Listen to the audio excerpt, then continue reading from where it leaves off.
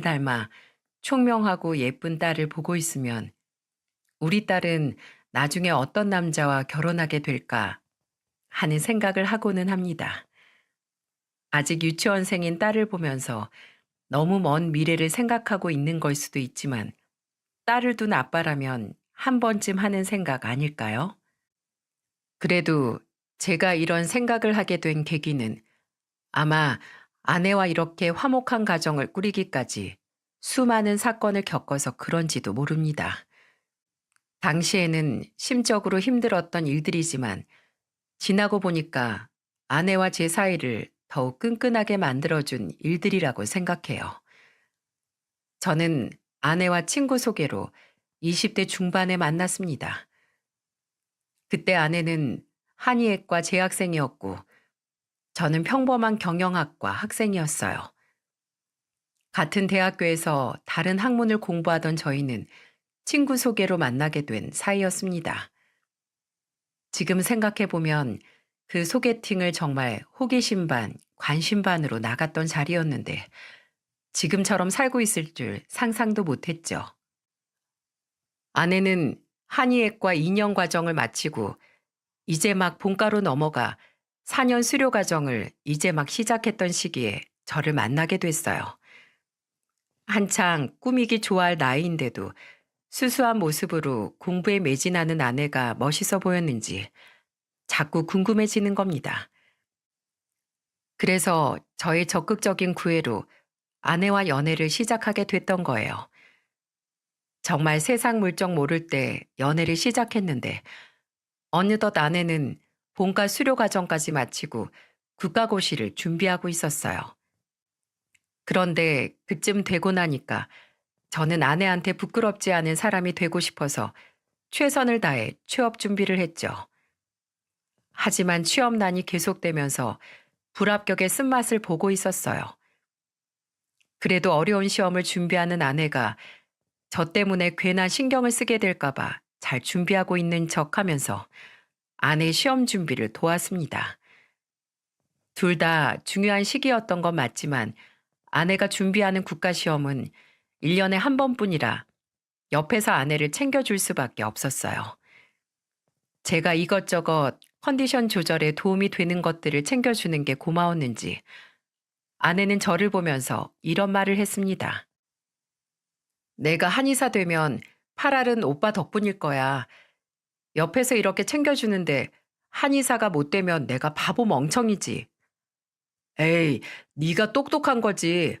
한의사 아니어도 되니까 건강 생각하면서 공부해. 건강은 아프고 나서 챙기는 게 아니라 건강할 때 챙겨야 된다잖아. 한의사는 내가 아니라 오빠가 해야겠다. 어려운 시험을 준비하는 아내 옆에서 물심양면으로 도왔죠.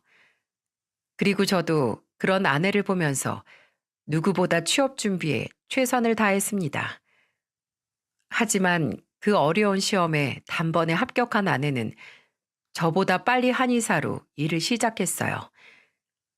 의기소침해진 저를 본 아내가 위로하면서 말했습니다. 내가 예전에 나 한의사 되면 팔알은 오빠 덕분이라고 했던 말 기억하지? 그때 오빠가 내 옆에서 나 도와줬던 것처럼 이번엔 내가 도와줄게. 그리고 나는 오빠가 어떤 모습이라도 좋아. 우리 처음 만났을 때 그랬던 것처럼 이렇게 서로 응원하면서 지내자. 계속된 취업 실패에 좌절하고 있는 저를 위로해준 아내의 말에 다시 힘을 얻었었던 것 같아요. 그렇게 저는 아내의 응원을 받으면서 몇 년째 취업 준비를 하는데 예상 못한 시점에 딸이 생긴 겁니다. 그런데 갑자기 생긴 아이보다 아내와의 집안 차이에 막막했어요. 처가댁이 그야말로 의사 집안이었는데 장인은 TV에도 소개된 적 있던 유명한 의사였죠. 게다가 형님도 의사였던 터라 저희 집안은 명함 내밀 자리도 없었어요. 저희 부모님은 칼국수 가게를 운영하셨고 형제들도 평범했습니다. 그러니 덜컥 생긴 아이를 책임지겠다고 해도 과연 허락이나 해주실까 싶었죠. 그래서 예상은 했지만 이렇게까지 심하게 반대하실 줄은 몰랐어요. 우선 아내와 둘이 처가의 자초지정을 설명하러 갔는데 저희 말이 끝나기 무섭게 장인어른이 골프채를 들고는 화를 내시는 겁니다. 그때 골프채를 들고 저를 한 대 치실 것만 같았는데 그때 아내가 저와 장인어른 사이를 가로막으면서 소리쳤어요. 우리 아이 책임지겠다고 했잖아. 그럼 우리 집 사위 될 사람인데 왜 때려? 차라리 나를 쳐. 그냥 날 때리라고. 뭐야? 너랑 이 자식이랑 똑같은 줄 알아? 어디서 굴러먹었는지도 모르는 잡놈이랑 왜 붙어먹어? 장인어른은 차마 딸을 칠 수 없으셨는지 들고 있던 골프채로 거실에 있던 장식용 도자기를 내리쳤고 산산조각이 났어요. 그래서 무릎을 꿇고 있다가 벌떡 일어나 흥분한 장인어른을 말리며 말했습니다. 장인어른, 일단 진정하세요.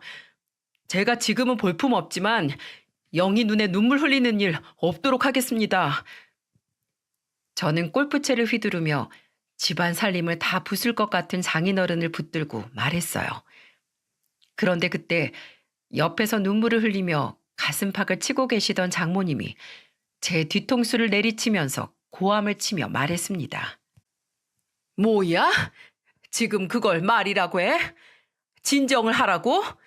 너 같으면 진정하게 생겼어? 너는 의사 집안이랑 결혼해서 아주 땡 잡았다고 속으로 환호성을 지르겠지. 진짜 내가 죽 써서 개 주는 꼴이지 이게 뭐냐고.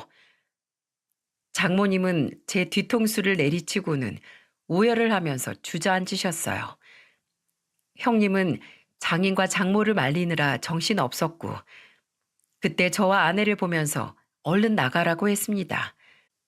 그래서 더 있다가는 두 분 다 뒷목을 잡고 쓰러지실 것 같아 임신한 아내를 데리고 나왔죠. 현관문 밖으로 나왔는데도 장모님의 오열하는 소리는 다 들리더군요. 그때 아내는 불안했는지 제 손을 잡으면서 말했습니다. 오빠, 나 우리 아이 꼭 지킬 거야. 그러니까 우리 부모님이 하는 말 신경 쓰지 마. 우리 아이만 생각하자. 저는 혹시나 제가 아이를 포기하자고 할까봐 걱정하는 아내의 손을 마주 잡으며 안심시켰습니다. 그 이후 10번 찍으면 안 넘어가는 나무 없다는 심정으로 아내와 매일같이 처가댁으로 갔습니다. 저희 부모님도 처가에서 허락받는 게 우선이라며 맞아 죽는 한이 있더라도 매일 가라고 등을 떠미셨답니다. 그래서 정말 매일같이 간절한 마음으로 갔지만 장인 장모님의 마음은 좀처럼 열리지 않았어요. 아내의 배는 계속 불러오는데 이걸 어떻게 해야 하나 걱정이 이만저만 아니었습니다. 그런데 아내도 더 이상 이렇게 시간만 보낼 수 없다고 생각했는지 같이 처가에 갔던 날 장인어른을 보며 이렇게 말했어요. 아무리 생각해도 아빠가 왜 이렇게까지 반대할까 생각해봤는데 내가 한의사라서 그런 거지? 한의사 딸이 같은 의사 만나길 바라는 거잖아. 당연한 거 아니야? 그래서 노눈물이 다르다는 거잖아. 그럼 내가 한의사 그만둘게. 나는 지금 한의사보다 내 뱃속 아이부터 지켜야겠어. 아내는 한의사를 그만두겠다고 폭탄 발언을 했고 장인어른은 단호한 얼굴로 말하는 아내를 보자 쉽게 뜻을 굽히지 않을 거라고 느끼셨나 봐요. 결국 아내의 폭탄 발언 이후 저희 결혼을 허락하신 거예요. 정말 극적으로 결혼 허락을 받고 난 뒤 저희는 신혼집부터 알아보기 시작했죠. 그런데 그때 장인어른이 6천만 원을 보태주셨고 아내가 모은 돈과 합쳐 작은 신혼집을 얻을 수 있었습니다. 저는 결혼 준비를 하는 도중 아내 몰래 처가댁에 찾아가 다시 한번 무릎 꿇고 사죄드리면서 말했어요. 장인어른, 장모님, 어려운 결정인 거 잘 압니다. 제가 실망시키는 일 없도록 정말 최선을 다해서 살겠습니다. 볼품 없고 성에 안 차시겠지만 저 꼭 한번 믿어주세요. 그러자 장인어른은 그런 저를 보며 한숨을 내쉬더니 이런 말씀을 하셨어요. 자네, 완전히 내 사위로 받아들인 거 아니야. 그러니까 앞으로 긴장 놓지 말고 지금 했던 말 꼭 지키게. 네, 걱정 마십시오. 저 정말로 실망시켜 드리는 일 없이 잘 살겠습니다. 장인어른은 저를 사위로 받아주려 나름대로 노력하셨어요. 그런데 장모님은 제가 어떤 말을 해도 끝까지 저를 못마땅해 하셨습니다. 처음에는 어렵게 허락했으니까 그럴 수 있다고 생각했죠. 그래도 살다 보면 장모님도 저를 이해해 주실 날이 올 거라고 생각했고요. 그렇게 처가의 엄청난 반대를 이겨내고 아내와 저는 결혼식도 올리고 행복한 가정을 꾸릴 수 있었죠. 그 후 2년 정도 흘러 30의 나이에 저는 공기업에 당당히 합격할 수 있었어요. 정말 가슴 벅찬 그 순간은 이루 말할 수가 없더라고요. 제일 먼저 아내에게 소식을 알렸고 제 합격 소식에 아내는 그동안 고생했다면서 눈물을 흘리며 좋아했죠. 그리고 제가 합격했다는 소식을 알리려고 저는 아내와 딸을 데리고 처가댁으로 갔습니다. 철면피로 계속 웃는 얼굴로 처가에 갔더니 장인어른은 조금씩 마음이 열리기 시작했어요. 하지만 장모님은 딸아이가 2살이 됐는데도 저를 사위로 인정하지 않으셨어요. 그런데 그 미움이 손녀한테까지 갔는지 괜히 제 딸을 보면서도 눈을 흘기셨어요. 그래서 이제는 저도 공기업에 다니게 됐으니 좋은 소식 알리러 간 자리였죠. 오랜만에 형님까지 모인 자리에서 저는 벅찬 마음으로 합격 소식을 알렸고 장인어른은 저에게 술을 한 잔 따라주며 말씀하셨습니다. 수고했네. 자네 그동안 우리 딸 대신에 육아하랴 공부하랴 힘들었을 텐데 이제는 가장 노릇 한번 제대로 해봐. 제가 앞으로 사위 노릇, 가장 노릇 제대로 한번 해보겠습니다. 그래, 내가 자네 넉살 좋은 거 하나는 알아봤다니까. 그동안 마음고생 많았을 텐데 어서 마셔. 저는 장인어른과 술을 한 잔씩 나눠 마시면서 이런저런 이야기를 하고 있었어요. 그런데 그때 장모님은 그런 저를 보면서 혀를 차거나 코웃음을 치면서 불편한 심기를 내비치고 계셨습니다. 그런데 한창 분위기가 무르익을 즈음 장모님은 들고 있던 숟가락을 탁 소리가 날 정도로 식탁에 내려놓으면서 말하셨어요. 공기업 입사한 게 뭐 그렇게 대단한 일이라고. 아직까지도 술을 마셔? 벌써 2시간째야. 적당히 1시간 정도만 먹고 가면 될걸. 어디 잔치 열렸어? 누가 보면 회사 대표식이나 된 줄 알겠어. 좋았던 분위기는 장모님의 한마디에 얼어붙었습니다. 장인어른은 장모님을 말리려고 다급한 목소리로 말했어요. 그러자 장모님이 소리치며 말했습니다. 응원? 공기업이 뭐가 대단해서 응원식이나 해줘? 솔직히 자네도 민망하지 않은가? 장인어른도 의사, 하나 있는 형님도 의사, 와이프도 의사인데 여기 와서 고작 공기업 취업했다고 그렇게 큰 소리 치면서 자랑 내밀고 싶어?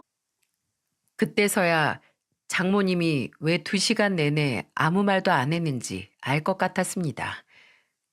그래도 어린 딸 앞에서 저렇게 말씀하시니까 저도 좀 불편했어요. 형님은 장모님을 보면서 애도 있는데 왜 그러냐면서 딸을 데리고 밖으로 나갔습니다. 그러자 아내는 더 이상 못 참겠다는 듯 장모님을 보며 소리쳤어요. 엄마, 정말 왜 그래? 나 진짜 엄마 이럴 때마다 집에 오기도 싫어. 이제 좀 받아주고 인정할 때도 된 거 아니야? 무슨 인정을 바라는데? 내 인정 받고 싶으면 네 남편 치과의사 만들어 와. 진짜 그만 좀 해. 자꾸 이러면 안 올 거야. 어이구, 그래. 안 오면 나야 좋지. 아주 내 배로 나왔지만 저거 속을 모르겠어. 나중에 네 딸도 꼭 너처럼 키워서 속 한번 뒤집어 져봐야 알지. 장모님의 말에 저는 아무런 말도 할 수 없었죠. 솔직히 저도 그쯤 되니까 힘이 조금 빠졌어요. 그래서 아내가 밥 먹다 말고 가자는 말에 조용히 일어나 인사를 드리고 힘없이 처가댁을 빠져나왔습니다. 그런데 그때 아내와 딸을 데리고 가고 있는데 저를 부르는 익숙한 목소리가 들렸어요. 바로 장인어른이 작은 종이 가방을 가지고 저희를 따라 나오신 겁니다. 너무 놀라서 저는 장인어른 앞으로 갔어요. 그러자 장인어른은 제게 들고 온 작은 종이 가방을 내밀며 말했습니다. 이거 대단한 건 아니고 넥타이야. 첫 출근인데 좋은 넥타이 메고 가야지. 아버님, 이런 건 언제 준비하셨어요? 그래도 사위가 첫 출근을 하는데 내가 가만히 있을 수야 있나? 자네 장모 말 너무 귀담아 듣지 말게. 감사합니다. 저희 넥타이 끊어질 때까지 맬게요. 아니, 내일부터 매일매일 이것만 하고 다닐게요. 진짜 그때는 세상에 그 어떤 금은 보화를 준다 해도 맞바꿀 수 없는 세상에 하나뿐인 넥타이였어요. 이제 점점 제게 마음을 열어주는 장인어른에게 저는 정말 감사한 마음에 최선을 다해야겠다 다짐했습니다. 그리고 드디어 제가 첫 월급을 받게 된 날, 저는 장모님과 장인어른께 용돈을 드리러 갔어요. 진짜 이런 날이 오는구나. 너무나도 가슴 벅찬 순간이었죠. 그날은 저 혼자 처가댁에 갔는데 제가 용돈을 드리자 장인어른은 호탕한 웃음으로 수고했다고 칭찬까지 해주셨네요. 그런데 장모님은 돈 봉투를 보시더니 그대로 저한테 던지셨어요. 갑작스러운 상황에 저와 장인어른은 깜짝 놀랐죠. 장인어른이 장모님을 보며 소리쳤습니다. 당신, 지금 뭐 하는 거야? 진짜 미쳤어? 지금 내가 미친 거야? 당신이 미친 거야? 용돈 꼴랑 100만 원씩 담아주는 거 보고 수고했다는 말이 나와? 뭐? 꼴랑 100만 원? 당신 집구석에서 너무 오래 있어서 모르나 본데 돈 벌기가 어디 쉬운 줄 알아? 남편 잘 만나서 그동안 호의호식한 줄이나 알아? 그래, 말 잘했다. 나는 내 딸도 남편 잘 만나서 호의호식하길 바란 사람이야. 근데 이건 뭐 같이 시궁창에 살자는 것도 아니고 공기업 주제에 월급 몇 푼이나 된다고? 내가 진짜 벼룩의 칸을 빼먹지. 와, 그때는 저도 자존심이 땅에 떨어지는 것 같았어요. 그래도 첫 월급이라고 아끼지 않고 장모님, 장인어른 생각해서 각각 100만 원씩 드렸는데 장모님이 꼴랑 100만 원이라고 하니까 저도 기가 막혔습니다. 정말 용돈 100만 원이 적은 건가요? 여러분도 그렇게 생각하세요?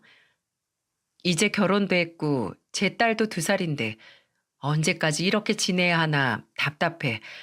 그날은 저도 모르게 돈 봉투를 던진 장모님께 참았던 말을 하게 됐어요.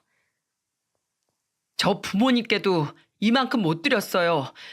저희 부모님도 저 힘들게 키우셨는데 그래도 처가댁 먼저 챙긴 거예요. 장모님 귀한 딸 데리고 간 죄로 늘 장모님 장인어른한테 더해드렸지 한 번도 못한 적 없습니다. 그런데도 성에 안 찬다고 하시면 저도 이제는 그만할게요. 저는 장모님이 던진 돈 봉투를 들고 그 자리에서 일어났어요.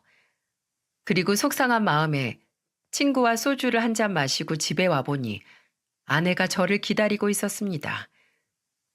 그날따라 아내는 팔짱을 끼고 저를 보더니 저한테 이렇게 말했습니다. 당신 어디 갔다 왔어? 나 장인 장모님 뵙고 오는 길이지. 오다가 친구도 만났어. 우리 집 가서 뭐 했어? 별일은 없었고? 없었지. 첫 월급이라 용돈을 100만 원씩 드렸더니 좋아하셨어. 아내가 걱정할까 봐 저는 애써 괜찮은 척 했어요. 하지만 제가 조금 늦는 사이 형님은 아내한테 무슨 일이 있었는지 전부 말했던 겁니다. 그래서 아내는 제가 거짓말하고 있다는 걸 단번에 눈치채고 저를 보면서 이렇게 말했죠. 앞으로 우리 집 갈 때 혼자 가지 말고 나랑 같이 가. 혼자서 왜 그 욕을 다 먹고 있어? 애는 뭐 당신 혼자 만들었어? 오빠가 전화해서 다 말했어. 그러니까 앞으로는 나랑 같이 가. 아내는 제가 처가댁만 다녀오면 의기소침해지니까 혼자서 가지 말라고 하는 거예요. 그동안 제가 이렇게 처가에 노력했던 건 아내가 저희 부모님께도 정말 잘했던 것도 있었어요. 계절 바뀌면 보약 챙겨드리고 어디 아픈 곳은 없는지 늘 전화를 드리면서 지냈어요. 그래서 부모님도 아내만 보면 하나라도 더 해주고 싶어서 난리셨죠. 저는 아내가 저희 부모님과 잘 지낼수록 처가에 더 매달렸던 것 같아요. 아내가 좋은 며느리가 될수록 저도 좋은 사위가 되고 싶었던 겁니다. 하지만 장인어른은 몰라도 장모님이 살아계시는 한 이번 생에 좋은 사위는 불가능한 건가 싶을 만큼 장모님이라는 벽은 넘을 수가 없었죠. 한 번은 장모님이 친구분과 하는 통화 소리를 우연히 들었던 적이 있는데 글쎄 친구한테도 저를 이렇게 말하더군요. 진짜 어디서 저런 게 굴러왔나 몰라.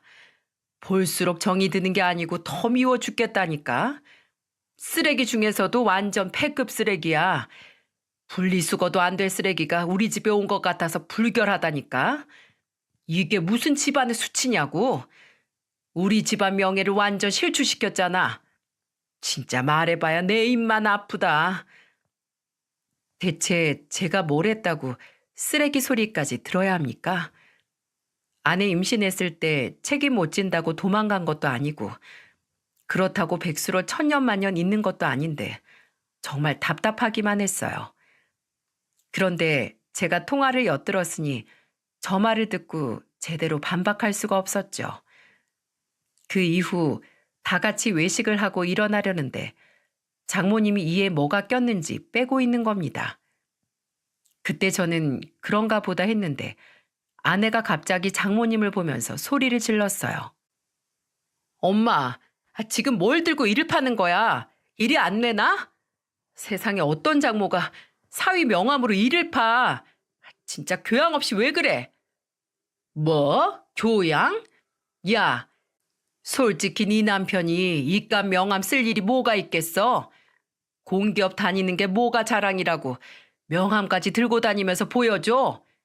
진짜 웃기고 앉아있다. 그리고 이쑤실 땐 이런 명함이 직방이야. 너도 어디 가서 네 남편 명함 보여줄 일도 없을 텐데 가져다 써봐. 이쑤시개보다 훨씬 낫다. 이럴 때 쓸모가 있네. 저는 조금 떨어져 있어서 몰랐는데 아내 눈에는 장모님이 들고 있는 게 눈에 보였던 겁니다. 근데 세상에 장모님이 들고 일을 쓰시던 명함이 제 명함이라고 상상이나 했겠습니까? 장모님은 대단한 발견이라도 한 사람처럼 배를 잡고 웃으셨어요. 그 모습을 보자 저는 어이가 없어서 장모님을 보며 한마디 했습니다. 장모님, 분리수거도 안 될 쓰레기 같은 사위 명함 잘 챙겨 다니세요. 개똥도 약에 쓸라면 없다는데 쓰레기 같은 사위 명함이라도 잘 들고 계셔야죠. 뭐야? 자네 지금 그게 무슨 소리야? 혹시 내 전화 엿들은 거야? 글쎄요. 장모님 마음의 소리가 엄청나게 크게 들렸는지 제 이야기를 꼭 쓰레기 중에서도 패급 쓰레기라고 말하거나 분리수거도 안 될 쓰레기라고 말씀하신 것 같아서요. 자네, 내 전화 엿듣고 다녀? 무식하면 용감하다더니 감히 어른 전화를 엿들어? 이래서 사람이 노는 물이 같은 사람끼리 다녀야 한다고 하는 거야. 쥐새끼 마냥 남의 전화를 엿듣고 다녀. 우리 집안 명예는 자네가 다 땅에 떨어뜨린 줄만 알아도. 알겠어? 저는 장모님 통화를 들었다고 말한 적이 없는데 장모님은 버럭 화를 내면서 자기 전화를 엿들은 거냐며 화를 내는 거예요. 이거야말로 도둑이 재발절인 거 아닙니까? 그 말을 들은 장인어른은 한숨을 푹 내쉬면서 장모님을 보고 호통을 쳤어요. 당신 진짜 그만 못해? 집안 명예는 지금 누가 떨어뜨리고 있는데 어디 가족끼리 급을 나누고 쓰레기니 뭐니 하고 있어? 억울하지도 않어? 딸 한의사로 키웠으면 당신도 바라는 게 있었을 거 아니야. 우리 집에 치과 의사만 왔으면 완벽했잖아. 진짜 적당히 좀 해. 그렇게 치과 의사 집안에 두고 싶으면 당신이 공부해서 하든지. 나는 우리 딸 부족함 없이 잘 살기를 바랬던 거지. 같은 의사 만나길 바랬던 거 아니야. 지금 봐. 자기 자식 키우고 일도 잘하고 얼마나 잘 살고 있는지 당신도 알잖아. 진짜 한 번만 더 그딴 소리 하면 집에서 쫓아낼 줄 알아. 아내는 장인어른이 화내자 장모님을 보고 한숨을 쉬면서 가버렸어요. 그래서 저도 딸을 데리고 장인어른께 인사를 드리고 그냥 나와버렸죠. 진짜 저는 한평생 이렇게 장모님과 앙숙처럼 지내게 될까 덜컥 겁이 날 정도였습니다. 아무리 사이가 싫다 해도 정말 너무한 거 아닙니까? 저도 힘들게 취업해서 번듯한 직장 다닌다고 드린 명함인데 그 명함으로 장모님이 이를 파고 있을 줄은 상상도 못했어요. 그날 이후 저와 아내는 처가댁에 가는 횟수가 점점 줄었습니다. 장인어른도 충분히 이해한다면서 편한 대로 하라고 하셨죠. 아내와 저는 장모님도 혼자 생각할 시간을 주자면서 안 갔어요. 그래도 예전과 다르게 제 딸은 우리 손녀라면서 예뻐하시는 것 같았는데 저를 사위로 받아주시는 건 정말 어려우셨나 봅니다. 그래서 그 후 저는 회사 일에 열중하면서 오로지 집, 회사만 반복하면서 지냈죠. 그러다가 같이 일하는 친구와 술을 마셨던 날이었어요. 갈매기살에 소주를 시켜 이런저런 얘기를 하고 있는데 어떤 여자들이 저희가 있던 테이블로 오는 겁니다.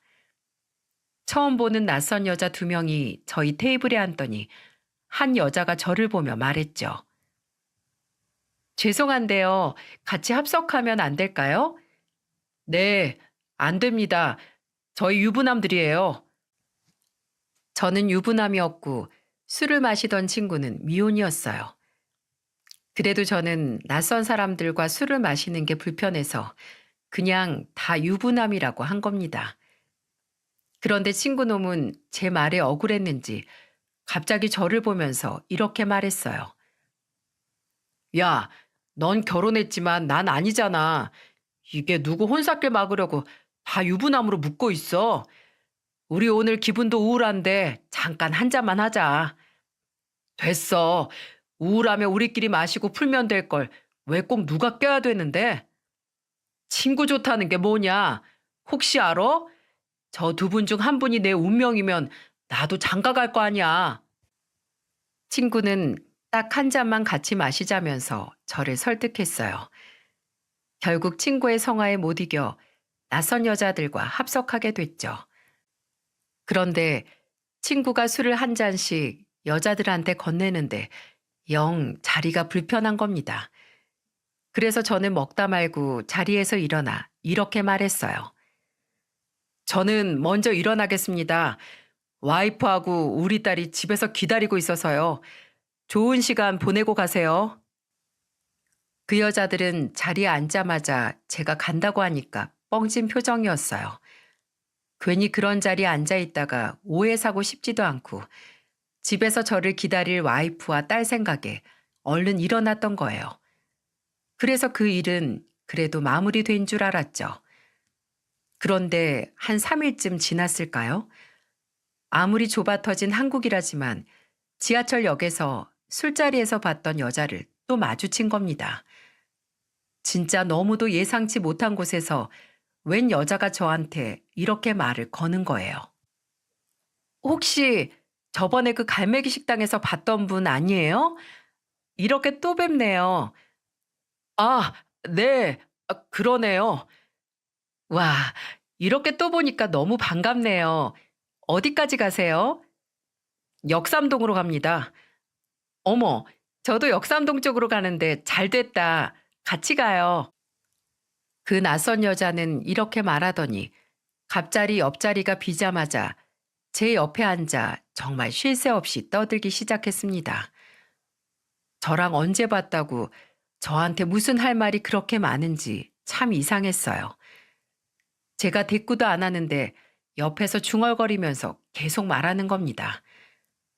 그래서 내리려던 역에 도착하자마자 얼른 뛰어내렸어요. 솔직히 식당에서도 잠깐 마주친 게 다인데 꼭 몇 번 본 사이처럼 친근하게 구는 게 어딘가 수상했죠. 그래도 제가 선을 그으니까 더 이상 막무가내로 따라오진 않길래 대수롭지 않게 생각했어요. 그렇게 일주일 정도가 지나 있었습니다. 그런데 정말 아무것도 아닌 사람이라고 여겼던 여자가 예상치 못한 곳에서 나타난 겁니다. 제가 아내와 딸을 데리고 오랜만에 근사한 곳에서 외식하려고 나왔는데 그 여자가 그곳에 또 있는 거예요. 진짜 이제는 혹시 나를 쫓아다니나 싶은 생각이 번뜩 들 정도였습니다. 그리고 저를 발견한 그 여자는 무슨 10년지기 친구라도 만난 것처럼 반가운 목소리로 인사를 하더군요. 오빠, 여기서 또 뵙네요. 제가 왜 그쪽 오빠예요? 우리가 뭘 제대로 아는 사이도 아닌데 왜 그러십니까? 우리 그때 같이 갈매기 식당에서 만났잖아요. 오빠 친구랑 내 친구랑 연락처 주고받았는데 몰랐어요? 이렇게 자주 마주칠 줄 알았으면 나도 그때 오빠 번호 용기 내서 물어볼 걸 그랬어요. 오빠랑 친하게 지내고 싶었는데 그때 빨리 가서 아쉬웠어요. 갑자기 그 낯선 여자가 친해지고 싶었는데 아쉬웠다면서 저한테 교태를 부리는 거예요. 진짜 이 상황만 놓고 보면 아내가 오해하기 딱 좋은 상황 아닌가요? 순간적으로 저는 그 낯선 여자를 보면서 말했어요. 우리가 뭐 얼마나 봤다고 그러세요? 그쪽 말대로 저 바로 일어나서 갔는데 뭘 보고 친해지고 싶다는 거예요? 그리고 지금 식구들이랑 밥 먹는 중인데 무례하시네요. 아, 죄송해요. 저는 너무 반가워서 인사한 건데 이만 가볼게요. 다음에 봬요. 대체 다음이 어딨다고 다음에 뵙자면서 가는지 도무지 이해할 수가 없었습니다. 그리고 저는 친구놈이 그때 같이 있던 여자와 연락을 하고 있다는 것도 몰랐어요. 그래서 이 상황이 답답할 수밖에 없었죠. 그런데 아무것도 모르는 아내가 저를 보면서 의심스러운 듯 물었습니다. 누구야? 아는 사람이야? 당신 여자 사람 친구 없는 줄 알았는데 내가 모르는 친구도 있었어? 당신 나 못 믿어? 진짜 우리 딸을 걸고 맹세하는데 정말 아무 사이도 아니야. 진짜로. 아무래도 수상해. 당신 걸리기만 해봐. 나 앞뒤 양옆으로 눈 달린 거 알지? 저는 정말 너무 억울해서 아내한테 신경 쓰지 말라고 강하게 말했어요. 그런데 대수롭지 않게 생각했던 그 여자는 철거머리가 따로 없었습니다. 글쎄 제 번호는 어떻게 알았는지 그날 저녁에 저한테 전화가 오는 거예요. 모르는 번호로 전화가 오길래 무슨 전화인가 싶어서 받았다가 정말 가슴이 철렁 내려앉았습니다. 여보세요? 오빠, 안녕하세요. 저 아까 점심에 봤던 유희예요. 뭐라고요? 누구요? 우리 낮에 뷔페에서 봤잖아요. 네? 저는 낮에 뷔페에서 본 사람이라길래 깜짝 놀랐어요. 그런데 그때 아내가 거실로 오길래 저는 전화를 딱 끊어버렸습니다. 마치 그 꼴이 엄마 몰래 불장난하다 걸린 애처럼 식은땀이 나는 것 같았죠. 아내는 제가 황급히 전화를 끊는 모습이 이상했는지 저를 추궁하며 물었어요. 뭐야, 내가 오니까 왜 전화를 확 끊어? 누군데? 아니야, 스팸 전화야. 무슨 스팸 전화가 오밤중에 와. 이상한데 이리 줘봐. 왜 그래? 요즘 스팸 전화 밤낮 없이 와. 당신 낮부터 지금까지 엄청 수상한 거 알지? 진짜 한 번 걸리기만 해봐. 나는 한 번 기회 주는 그런 잡이 없는 것만 알아도 걸리면 바로 이혼이야. 아이고, 알겠습니다. 그냥 나 좀 믿으세요. 아내는 저를 의심스러운 눈초리로 쳐다봤어요. 그래서 저는 결백하다면서 아내를 안심시켰죠. 이대로 두다가는 생사람 잡을 것 같아 저는 다음 날 그 여자한테 전화해 봤습니다. 대체 저한테 왜 이렇게까지 하냐고 물어봤죠. 저기요, 제 번호는 어떻게 한 거예요? 그리고 대체 저한테 왜 그러시는데요? 제가 오빠랑 친해지고 싶어서 친구분한테 연락처 물어봤어요. 저 그때 유부남이라고 분명히 말했는데 왜 그러세요? 전 이상한 소문 만들고 싶지 않으니까 그만하세요. 저랑 친해지고 싶다는 여자한테 화를 내고 끊어버렸습니다. 정말 정신 나간 거 아닌가요? 저는 유부남이랑 친해지고 싶다는 여자가 제정신일 리가 없다고 생각했어요. 진짜 세상에 별일이 다 있구나 하고 번호를 차단까지 했으니까 이제는 정말 엮일 일이 없다고 생각했죠. 그런데 그날 퇴근하는데 기분이 영 이상했어요. 꼭 누가 제 뒤를 밟고 있는 기분이 드는 겁니다. 그래서 하도 뒤가 이상해서 재빠르게 뒤를 돌아봤더니 누가 있었는 줄 아세요? 글쎄, 그 유이라는 여자가 저를 따라오고 있던 거 있죠? 이제는 머리 끝까지 열이 받아서 정말 욕이 나올 지경이었어요. 저는 그 여자 앞에 가서 말했어요. 저기요, 유이 씨라고 했죠? 나 유부남이라고 했잖아요. 근데 왜 이렇게 졸졸 따라옵니까? 그게 오빠가 제 이상형이라서요. 그때 처음 보고 눈에 아른거려서요. 오빠가 유부남이라도 괜찮아요. 저는 결혼도 안 했고 혼자예요. 아니, 내가 가정이 있는데 그쪽 결혼 안 한 게 무슨 소용이에요?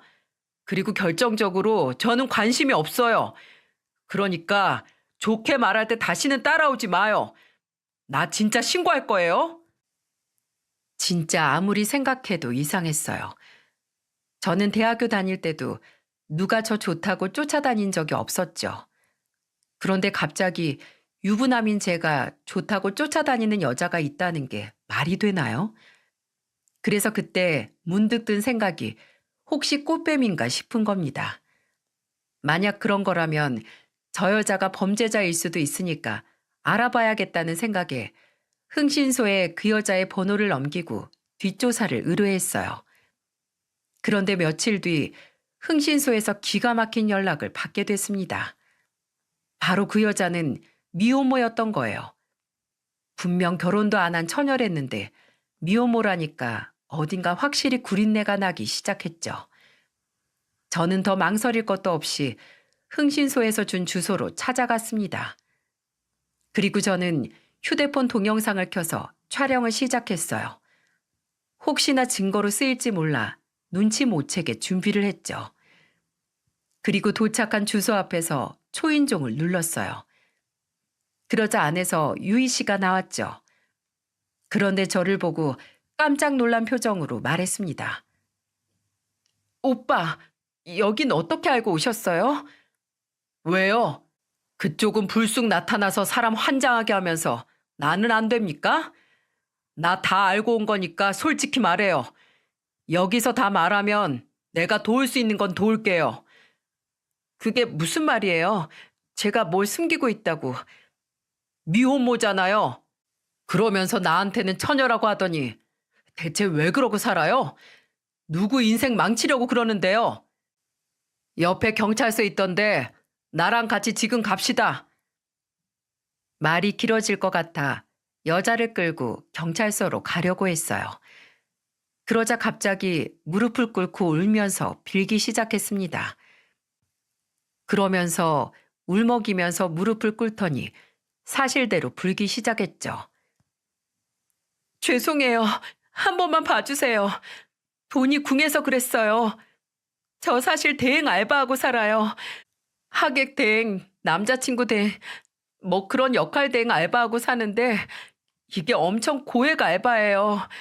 제 처지에 애 보면서 할 수 있는 게 뭐가 있겠어요? 역할 대행 알바요? 그럼 지금 나한테 붙어서 뭐 하려고 한 건데요? 그게요. 김수경 씨란 분이 사위만 꼬셔주면 2천만 원 준다고 그랬어요. 뭐요? 우리 장모님이요? 지금 그 말에 책임질 수 있어요? 여기 증거 다 있어요.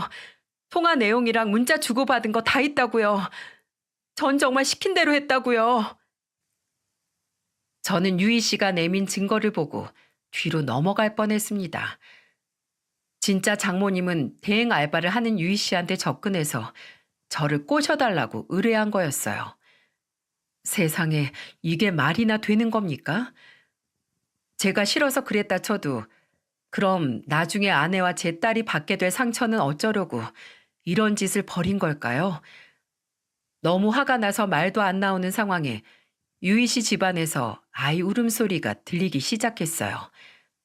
그 소리를 듣는데 제 딸이 생각나더군요. 유희 씨는 제 앞에서 해명을 하다 아이 울음소리에 다시 한번 오열하며 이렇게 말했답니다. 저는 배고픈 거 어떻게든 참을 수 있는데 우리 애는 배고프면 먹여야 하잖아요. 정말 제가 아니라 우리 아들 먹이고 입히고 싶어서 한 일이에요. 저 미혼모라 애 봐줄 사람도 없어요. 아이 아빠라 제 심정 아실 거 아니에요. 저는 못 먹어도 자식은 먹이고 싶은 거잖아요. 저도 그랬어요. 진짜 우리 아들 한 끼라도 더 먹이고 싶어서 그랬다고요.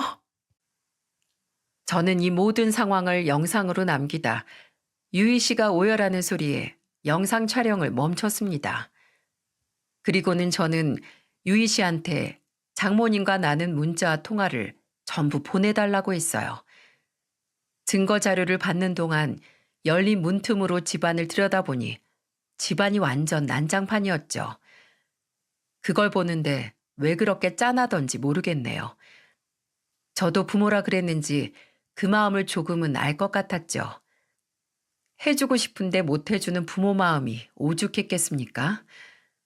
그래서 저는 사정이 너무 딱해 보여 근처 ATM 기계로 가서 100만 원을 찾아왔어요. 그리고 유희 씨한테 건네며 말했죠. 일단 이거 받고 급히 필요한 거 사섰어요. 그리고 이런 알바 다시는 안 하겠다고 약속해요. 이렇게 살면 다 업보로 돌아와요. 유희 씨가 벌 안 받아도 자식이 당할 수도 있는 거라고요. 죄송해요. 그리고 정말 감사해요. 저 나쁜 짓 안 하고 앞으로 열심히 살게요. 유희 씨는 저한테 끝까지 고맙다는 말을 하면서 배웅했고 저는 모든 증거를 가지고 아내한테 갔습니다. 그리고 아내한테 그동안 있던 일을 모두 털어놓았죠.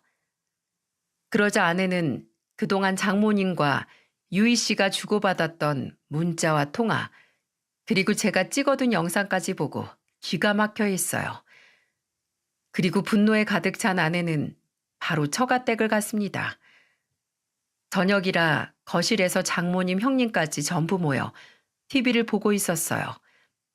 화가 잔뜩 난 처가 식구들은 오밤중에 무슨 일이냐며 물었고 아내는 뻔뻔하게 앉아있는 장모님을 보며 소리쳤습니다. 엄마, 대체 무슨 짓을 한 거야? 한동안 조용하다 싶었는데 이제는 꽃뱀까지 고용해서 내 남편을 꼬셔달라고 부탁까지 해? 어떻게 그럴 수가 있어? 엄마는 내가 남편 바람나서 혼자서 애 키우고 있길 바래? 진짜 해도 해도 너무한다. 나 엄마 친딸 맞기는 해? 아내가 잔뜩 화난 목소리로 말하자 장인어른은 이게 다 무슨 말이냐며 의아한 얼굴로 물었어요. 그러자 장모는 별거 아니라는 듯 상황을 모면하려 했죠. 당신은 신경 쓸 거 없어. 내가 쟤랑 둘이 얘기 좀 하고 올게. 여기서 말해. 엄마 떳떳하니까 그런 짓 한 거 아니야? 꽃뱀한테 내 남편 꼬셔주면 2천만 원 주기로 했다면서? 그 돈 차라리 나를 줘. 그 돈 받고 다신 엄마 안 보고 살게. 조용히 못해? 내가 다 너 생각해서 그런 거 아니야. 나중에 네 딸을 생각해서라도 직업 좋고 집안까지 좋은 사람한테 재혼하는 게 100배 낫지. 그제야 장모님 본심을 알게 된 장인어른은 기가 막혀 했어요. 그때 옆에 있던 형님이 장모님을 보며 소리쳤습니다. 엄마, 혹시 저번에 그 치과 의사 그 사람 말하는 거야? 아니, 정말로 엄마 딸 이혼시키고 그 집으로 재혼시키려고 했어? 그게 그냥 하는 말이 아니었단 말이야? 와, 진짜 엄마 너무한다. 나는 엄마가 그런 사람인 줄 상상도 못했어. 알고 보니까 장모님은 우연히 알게 된 치과 의사 남자한테 아내를 저랑 이혼하게 만들고 재혼시키려고 했던 거예요. 여러분들 상상이나 하셨습니까? 저는 장모님이 이 정도로 의사를 좋아하는 줄 몰랐어요. 이 말을 전부 들은 장인어른은 자리에서 벌떡 일어나 장모님 머리통을 후려치면서 화를 냈습니다. 이 정신 나간 여편네야. 멀쩡한 딸 인생 망치려고 작정했어? 당신 뜻대로 이혼했다 쳐도 애 딸린 여자랑 그 남자가 결혼하겠대? 아, 몰라. 그냥 저 자식이 싫어 죽겠는데 어떡하냐고. 내가 딸을 어떻게 키웠는데 저런 게 낼름 데려가서 살면 내가 제정신으로 살겠냐고. 지금 그걸 말이라고 해? 아직도 정신을 못 차렸네. 장인어른은 저를 반대할 때 들었던 골프채를 또 한 번 휘두르셨어요. 거실은 쑥대밭이 됐고 형님과 제가 장인어른을 겨우 말려서 큰 사고는 없었죠. 그런데 골프채를 뺏긴 장인어른이 장모와 머리채를 잡고 싸운 바람에 장모는 꼴이 말이 아니었습니다. 진짜 아수라장이 된 상황에 아내는 단호하게 말했어요. 나는 앞으로 엄마 안 보고 살 거야. 내 인생 망치려고 한 엄마랑 어떻게 살아? 그리고 엄마 혼자서 나 키웠어?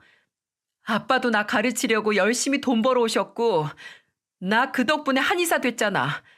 그럼 이제 내 뜻대로 잘 살게 두면 될 텐데 왜 그래? 나 엄마 안 보고 살 거야. 엄마 미쳤어. 그렇게 의사가 좋으면 병원 가서 살아. 그 후 아내는 정말 장모님을 안 보고 살았습니다. 그러자 저도 자연스레 장모님과 멀어졌어요. 아내도 충격이 컸는지 아예 장인어른만 보고 살았죠. 장인어른도 그 사건 이후로 장모님 용돈도 전부 끊고 돈을 어디에 어떻게 쓰는지 생활비를 100원 하나까지 확인하신다네요. 그래서 장모님은 완전히 세장에 갇힌 쇠꼴이었습니다. 집 밖으로 나오면 다 돈인데 할 게 있었겠어요? 결국 자기 무덤 자기가 판 꼴이었죠. 그 후 저희 딸 유치원 입학식을 하고 다 같이 저희 집에 모였는데 장모님이 찾아왔더군요. 그런데 아내는 문도 열지 않고 인터폰으로 이렇게 말했습니다. 여기가 어디라고 와? 엄마 때문에 까딱하면 내 딸 아빠 없이 키울 뻔했는데 엄마가 손녀 볼 자격 있어? 그냥 돌아가. 나는 엄마 안 보고 싶어. 아내의 단호한 태도에 아무도 뭐라고 할 수가 없었어요. 장모는 뒤늦게 후회하는 것 같았지만 그때는 이미 늦은 때였죠. 저 역시도 이렇게까지 일을 벌인 장모를 이해할 수가 없었습니다. 그리고 지금까지도 용서할 수가 없어요. 솔직히 제 사연 들어보시면 장모님 행동 이해 가십니까? 아마 죽을 때까지 장모를 이해할 수는 없을 것 같아요. 지금은 저를 사위로 받아주신 장인어른을 모시고 재밌게 지내고 있네요. 가끔씩 저희 부모님 식당에 오셔서 칼국수도 드시면서 같이 손녀 얘기도 하고 가십니다. 이제야 좀 가족처럼 산다는 느낌이 든답니다. 이런 게 시간의 힘이라고 생각해요. 언젠가는 아내도 장모를 용서할 날이 오겠죠? 그래도 당장은 힘들 것 같네요. 당분간은 이렇게 오순도순 살아보려 합니다. 주변에 너무 야박하게 굴지 마시고 모두 조화롭게 살았으면 좋겠네요. 제 기막힌 사연 들어주셔서 감사합니다.